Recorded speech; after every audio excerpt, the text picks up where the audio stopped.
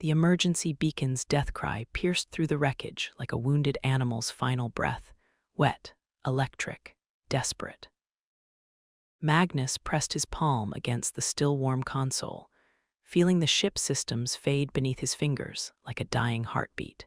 Around them, twisted metal caught the alien sun's crimson light, casting shadows that writhed across Ravenbeck's unforgiving landscape. Red Earth stretched endlessly toward horizons that seemed to devour the sky itself. Clatets moved through the debris with liquid grace, her movements conducting a silent symphony of investigation. Each gesture spoke of military precision honed on worlds where warfare remained an abstract concept, where death arrived through diplomatic channels rather than razor-sharp claws. Magnus watched her move and felt something stir in his chest. Admiration mixed with the cold certainty that her elegant world was about to shatter against the brutal arithmetic of survival. The crash had unfolded like a carefully choreographed dance between physics and catastrophe. One moment, they'd been skimming over Ravenbeck's northern wastes, discussing the theoretical parameters of human endurance training.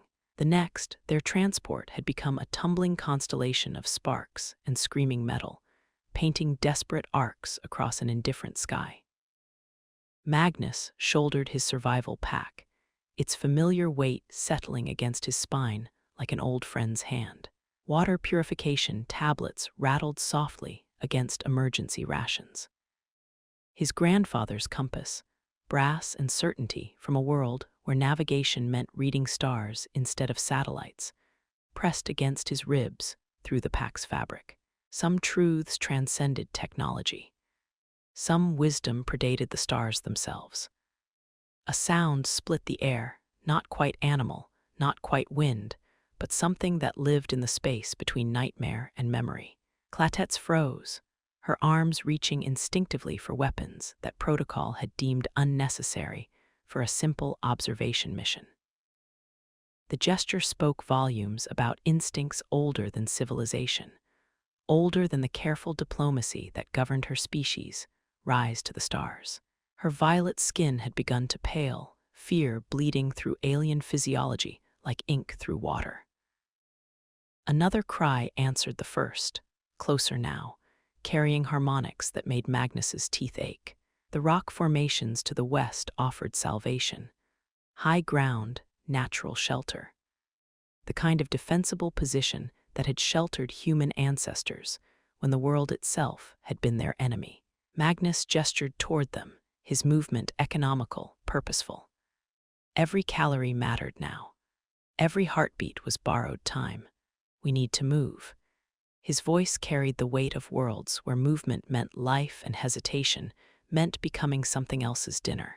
Clatets rose to her full height, nearly matching his 2 meters despite the elegant delicacy of her frame.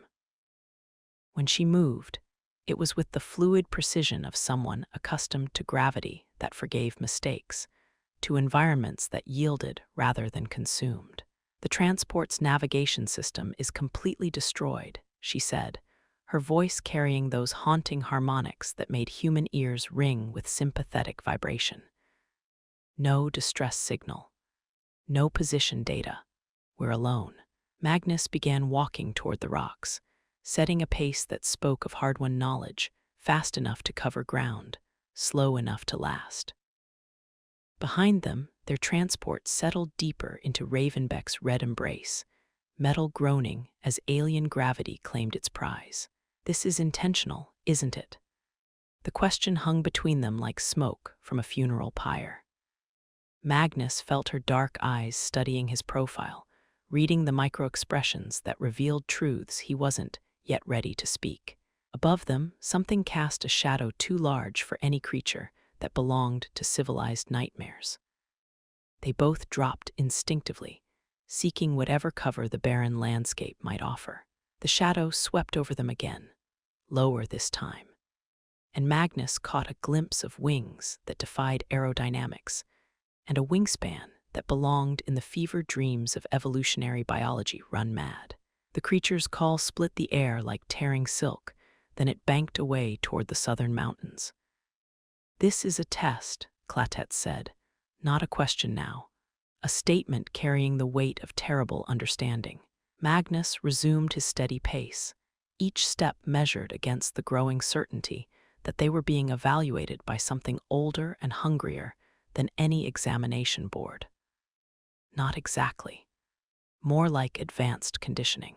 Her laughter, if that sound could be called laughter, carried notes that human ears couldn't quite process. Your people are insane. That's the point. The rock formations rose before them like ancient temples dedicated to the mathematics of survival.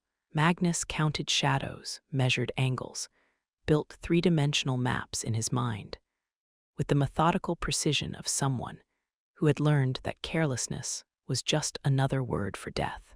The caves carved into the stone by wind and water offered multiple exits, good sight lines, the kind of tactical advantages that had kept humanity alive through 2 million years of being something else's preferred prey. Clatet's helped him gather deadfall from the scrubby vegetation that somehow managed to extract life from Ravenbeck's hostile soil. Her deft movements made her surprisingly efficient, though she kept glancing skyward whenever that thing circled back to remind them they were being watched. "How long have you known?" she asked as they worked, her hands moving efficiently between weaving dried grass into tinder and arranging larger branches with mathematical precision. Magnus considered the question as he struck flint against steel, sending sparks cascading into the nest of tinder like falling stars. Since about 30 seconds after impact, maybe sooner, the first spark caught, bloomed into flame that pushed back against the gathering darkness. Transport failures on military-grade craft are statistically negligible. Total communication blackouts are virtually impossible. And the timing. He fed twigs to the growing flame, building heat with the patience his grandmother had taught him in forests that existed light years away and a lifetime ago. Some knowledge transcended distance. Some wisdom burned eternal. Clatet watched him work with the fascination of someone discovering that magic still existed in the universe. Her people had leapfrogged most of the brutal lessons that shaped human development, had never needed to hunt and scavenge and fight for every calorie that kept their hearts beating through one more night. It showed in everything about her, the grace of someone who had never scrambled over broken ground, while death pursued them on swift wings, the soft hands of someone who had never skinned their own dinner, or made fire from nothing but will and determination. "Your training protocols are extreme," she said as the fire caught and began its ancient work of holding the darkness at bay. Magnus looked up from the flames to meet her eyes that reflected light in ways human optics couldn't quite process, couldn't quite understand. Extreme situations require extreme preparation, but the psychological cost must be enormous. The first scream split the night air like a blade through silk, closer than before, answered by something else from a different direction entirely. The hunt was beginning. Magnus checked his plasma knife's charge, the weapon's energy cell humming with barely contained violence. Clatet tensed beside him, her arms flexing as if reaching for weapons that should have been there, could have been there, would have been there if this had been anything other than what it was becoming. What are they? Apex predators. Pack hunters. Magnus moved to the mouth of their cave, placing himself between the alien and whatever was emerging from the darkness beyond their fire's protective circle. Territorial, aggressive, intelligent. The kind of evolutionary success story that makes worlds like this into testing grounds instead of vacation destinations.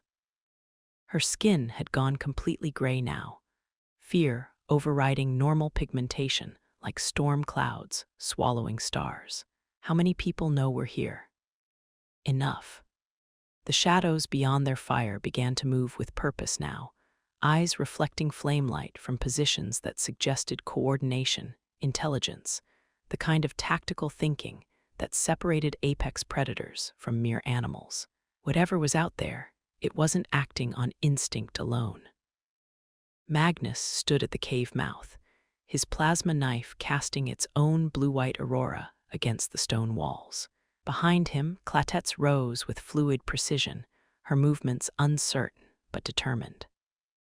The fear was still there, written across her alien features in languages older than speech, but something else was awakening beside it. Something that recognized the choice between predator and prey, between hunter and hunted. "This isn't training anymore, is it?" she asked. "This is training." Magnus felt the first attack building in the darkness like pressure before a storm, just not the kind your observers usually see. The creature came from the left flank, low, fast, built for killing with the efficiency of 2 million years of successful evolution. Magnus met it with his plasma knife, the energy blade parting alien hide and bone with surgical precision. The thing died with a shriek that brought answering calls from every shadow, every crevice, every place where darkness pooled like spilled blood. More shapes moved beyond their firelight, circling, testing, probing for weakness with the patience of creatures that had learned patience was just another weapon in their arsenal. "How many are there?" Clatets asked, her voice steady despite the gray pallor that had claimed her skin. "Does it matter?" The second wave came from 3 directions simultaneously, coordinated assault by creatures that understood tactics, timing, the mathematics of overwhelming force applied at precisely the right moment. Magnus cut down 2, while a third slipped past his guard, lunging toward the alien with jaws that could crush bone to powder. Clatets moved like liquid lightning. Her arms became a blur of precise strikes that broke the creature's neck before it could sink fangs into her throat. She stood over the corpse, breathing hard but uninjured, her alien grace adapted for combat with frightening speed. "Good," Magnus said, already turning to face the next wave of death emerging from the darkness. "You're learning." The battle continued through the long night. Waves of predators testing their defenses with the methodical precision of creatures that had learned from failure, adapted their strategies, evolved their tactics through countless generations of successful hunts. Magnus had faced similar challenges on a dozen worlds. Pack hunters that treated warfare as an art form, that learned from their mistakes and adjusted their approach with each failed assault. Clatets fought beside him with growing confidence, her alien physiology adapting to combat with speed that would have been terrifying if it hadn't been so necessary. She began to anticipate attacks, to position herself in support of his movements, to use precise defensive patterns that confused and frustrated their attackers. By dawn, the ground around their shelter was littered with alien dead. The survivors melted back into the landscape like shadows fleeing the light, their lessons learned, their immediate hunger satisfied by easier prey found elsewhere. Magnus cleaned his plasma knife and surveyed their surroundings, cataloging threats with the methodical precision of someone who had learned that paranoia was just another word for adequate preparation. Clatets sat on a rocky outcrop, her skin slowly returning to its normal violet hue like dawn breaking over alien seas. She examined one of the dead creatures with clinical interest, her military training reasserting itself now that immediate death had retreated to a more comfortable distance. "These weren't random attacks," she said, her harmonics carrying new undertones, respect perhaps, or the beginning of understanding. They were coordinated, planned, almost like a training exercise. She looked up at him with eyes that now held depths they hadn't possessed before the night began. "Your people orchestrated this." Magnus began gathering their scattered supplies, preparing for the day's march toward whatever salvation or further testing awaited them. Some of it, the crash, the communication blackout, the general scenario. But the creatures are real, the planet is real, and the danger is real. He shouldered his pack, feeling its weight distribute across muscles that ached with the memory of combat. "We don't believe in simulations when it comes to survival training." "Why?" The question carried weight that went beyond mere curiosity. Magnus studied her face, reading the changes that a single night of shared violence had written there. Fear had been burned away, replaced by something harder, more useful. Because someday you might need to know. Your people, my people, all the civilized species that think violence is something that happens to other beings in other places. He checked his grandfather's compass, its brass surface warm against his palm. When that assumption fails, we want our allies to be ready. They began walking south, following game trails and water signs toward what Magnus hoped would be their extraction point. The sun climbed higher, transforming Ravenbeck's landscape into something that might have been beautiful if it hadn't been so thoroughly dedicated to the business of killing anything foolish enough to call it home. Clatette's moved differently now. Her alien grace had been tempered by human caution, her movements adapted to incorporate awareness of potential threats. The instincts that had kept humanity alive through 2 million years of evolutionary warfare were beginning to awaken in her nervous system like long-dormant seeds, finally finding fertile ground. Your species never had to learn these lessons, Magnus said as they walked, his voice carrying over the crunch of alien gravel beneath their feet. You evolved on a garden world with abundant resources and no major predators. It shows in everything about you, the way you move, the way you think, the way you approach problems. Her hands moved in what he had learned was her species' equivalent of a philosophical shrug. We consider it an evolutionary advantage. Violence is wasteful, destructive, counterproductive. Usually. But when counterproductivity is the only option left, you want people who understand it intimately. They crested a low hill and found themselves looking down into a valley that stretched toward the southern horizon like a green scar across Ravenbeck's red flesh. Water glinted at the bottom, and vegetation clustered around what might have been a stream if streams on civilized worlds moved with such obvious malevolence. Something that definitely wasn't vegetation moved among the trees. More predators, different ones, probably territorial, definitely curious about the newcomers. Clatette studied the valley with eyes that were learning to see threat as well as beauty, danger as well as resources. How do we get through? Very carefully. The descent took most of the day, each foothold tested, each step evaluated against the growing certainty that they were being watched by things that had perfected the art of patience. Magnus taught her to read the landscape the way humans had learned to read it, which shadows were too dark, which sounds were too quiet, which smells carried information about what had passed this way recently, and whether it was still alive. By the time they reached the valley floor, Clatette's was beginning to think like a human. Not completely, not perfectly, but enough to recognize when something was watching them from the tree line with the focused attention of a predator evaluating potential prey. The water tested clean, safe enough to refill their supplies and establish a defensive position among the rocks beside the stream. The creatures in the trees maintained their surveillance, but kept their distance, content for now to watch and learn and plan. Tonight will be different, Magnus said as he prepared their evening meal with the efficiency of someone who had learned that wasted motion was just another luxury they couldn't afford. These are ambush predators. They'll wait until we're vulnerable, then strike fast and hard. How do you know? Experience, pattern recognition. He looked up from their meager rations to meet her eyes, the ability to think like something that wants to kill you. Clatette's helped him reinforce their position, using rocks and fallen timber to create barriers and fallback positions, with the methodical precision of someone discovering that construction work could be a matter of life and death. Her alien strength made her surprisingly effective at building walls that might hold back tooth and claw for crucial seconds.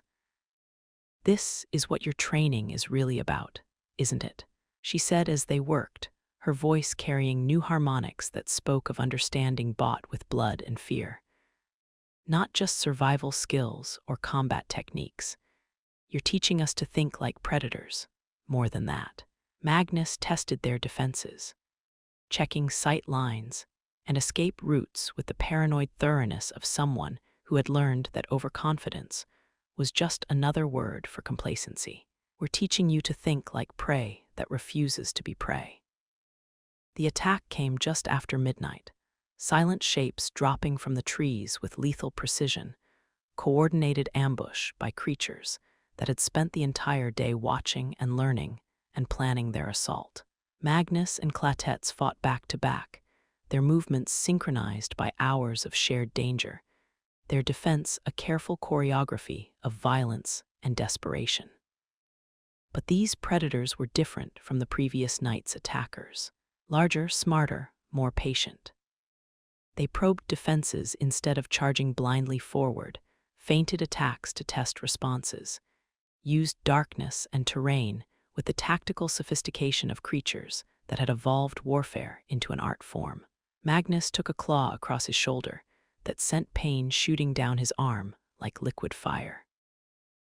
Clatets responded by putting herself between him and the next attack, her alien combat instincts now fully awakened and burning, with the fierce light of someone who had discovered that she was capable of violence when violence became necessary. They held their position until dawn, but barely. When the sun finally rose over Ravenbeck's hostile landscape, both of them were bloodied and exhausted, their supplies depleted, their reserves of strength running dangerously low. The creatures had withdrawn, but not far.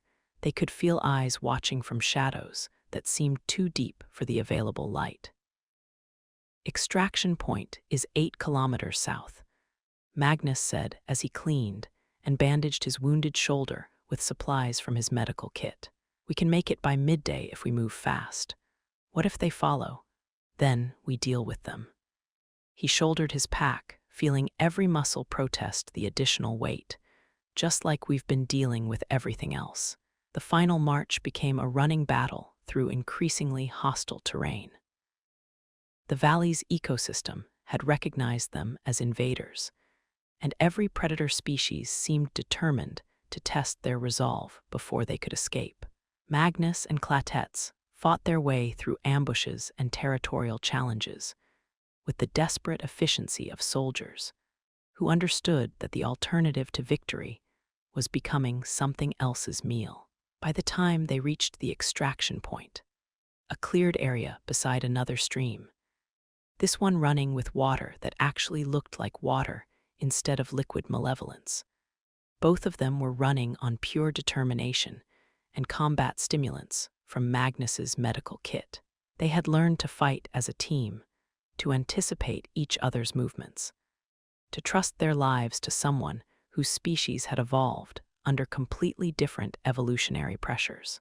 The rescue transport appeared precisely on schedule, settling onto the improvised landing zone with military precision that spoke of careful planning and exact timing.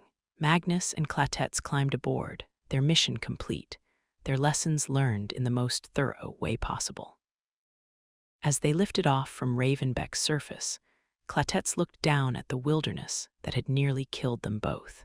Her skin had returned to its normal violet hue, but her eyes held something new, the knowledge that civilization was a thin veneer over older, deeper truths, and that sometimes those truths demanded acknowledgement. Will you recommend changes to our military training protocols? Magnus asked, his voice hoarse with exhaustion and the memory of violence. Clatets considered the question as the hostile landscape fell away beneath them, becoming just another red dot in an infinite galaxy filled with red dots that wanted to kill anything foolish enough to land on their surfaces. I will recommend that all our officers spend time learning from yours, not just observing. She looked at him with those dark eyes that now reflected more than just light, they reflected understanding. Learning. Magnus leaned back in his seat and allowed himself to relax for the first time in 3 days, feeling his muscles unknot as the transport carried them away from immediate danger and back toward the comfortable illusions of civilized space. Mission accomplished, then. The alien studied his profile with newfound respect. "Your people are terrifying," she said quietly. "But I'm beginning to understand why the galaxy needs that terror." Outside the transport's windows, Ravenbeck rotated slowly away from them, its red surface scarred by wind and water and the endless mathematics of survival. Somewhere down there, predators were returning to their lairs, their territory secure once again, their lessons taught to another generation of soft creatures who had discovered that softness was a luxury the universe rarely afforded. But the lessons would continue. On other worlds, with other students, as humanity shared the hard-won knowledge that had carried them from African savannas to the stars themselves. The galaxy was vast and dangerous, and filled with things that wanted to kill anyone foolish enough to venture beyond the protective embrace of civilization. Good thing humans had never been accused of excessive wisdom when it came to taking risks.